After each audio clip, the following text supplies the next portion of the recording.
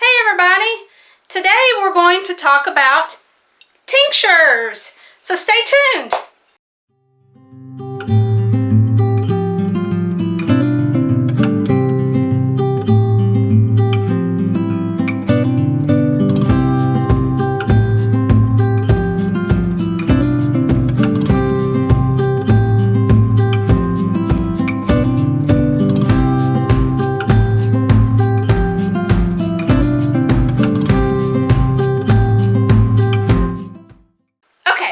So what is a tincture?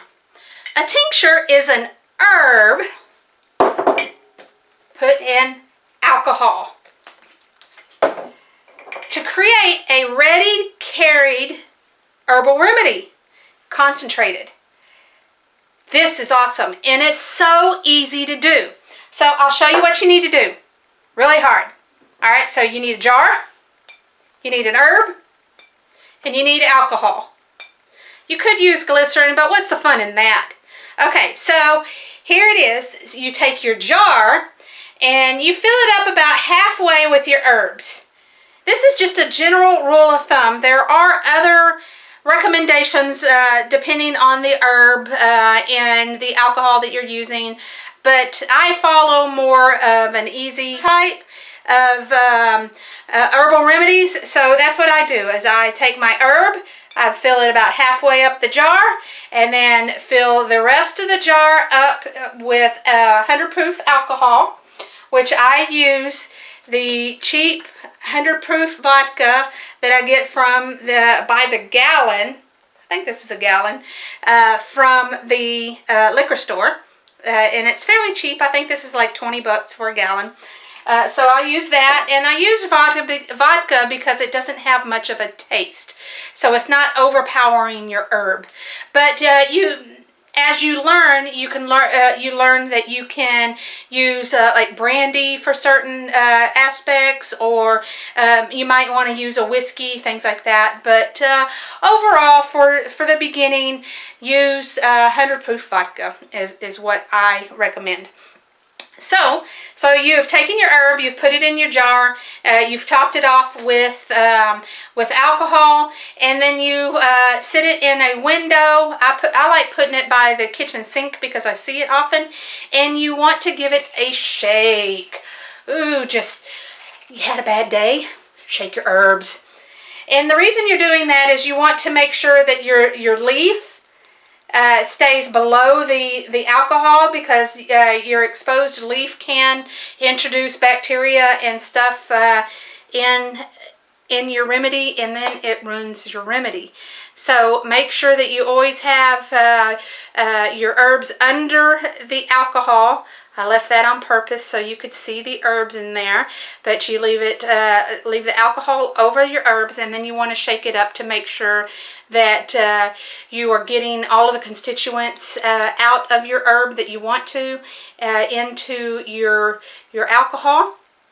And for leaves and soft plant material, you'll leave it in there for about a week or two.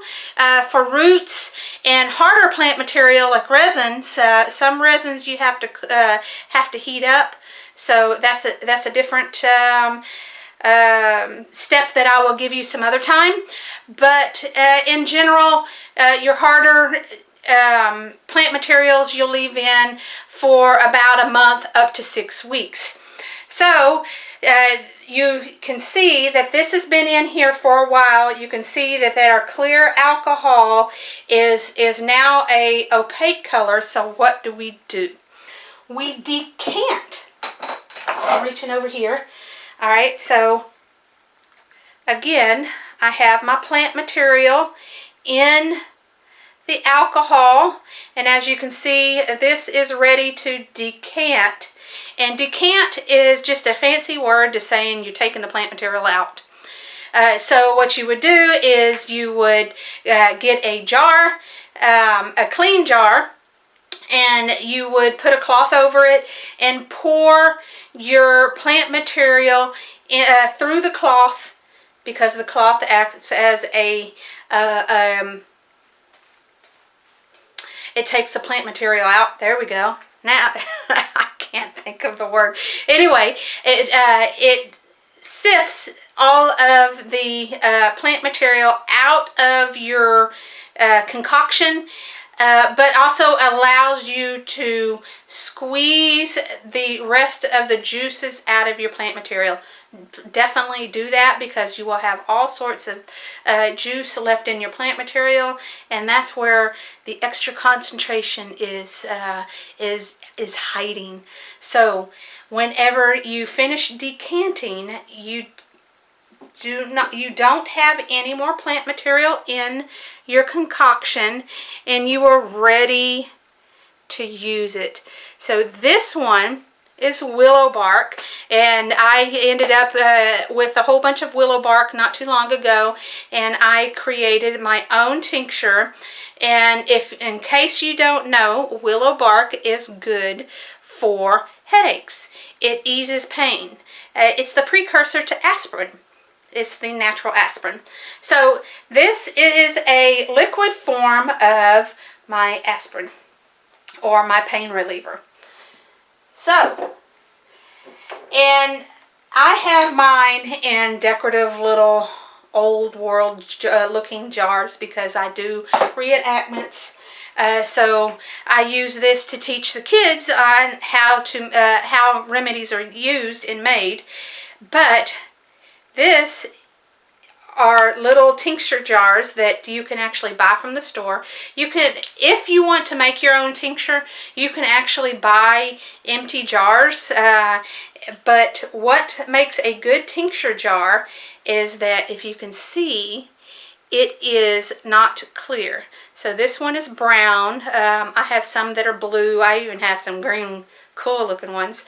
But you want a jar that is not clear, and then you also want a little pipette. So what you do is, and this is another rule of thumb, read the directions on the back, but my rule of thumb is a couple of droppers in whatever you're drinking and you are taking your remedy, and most of the time you won't even taste the remedy in what you're drinking.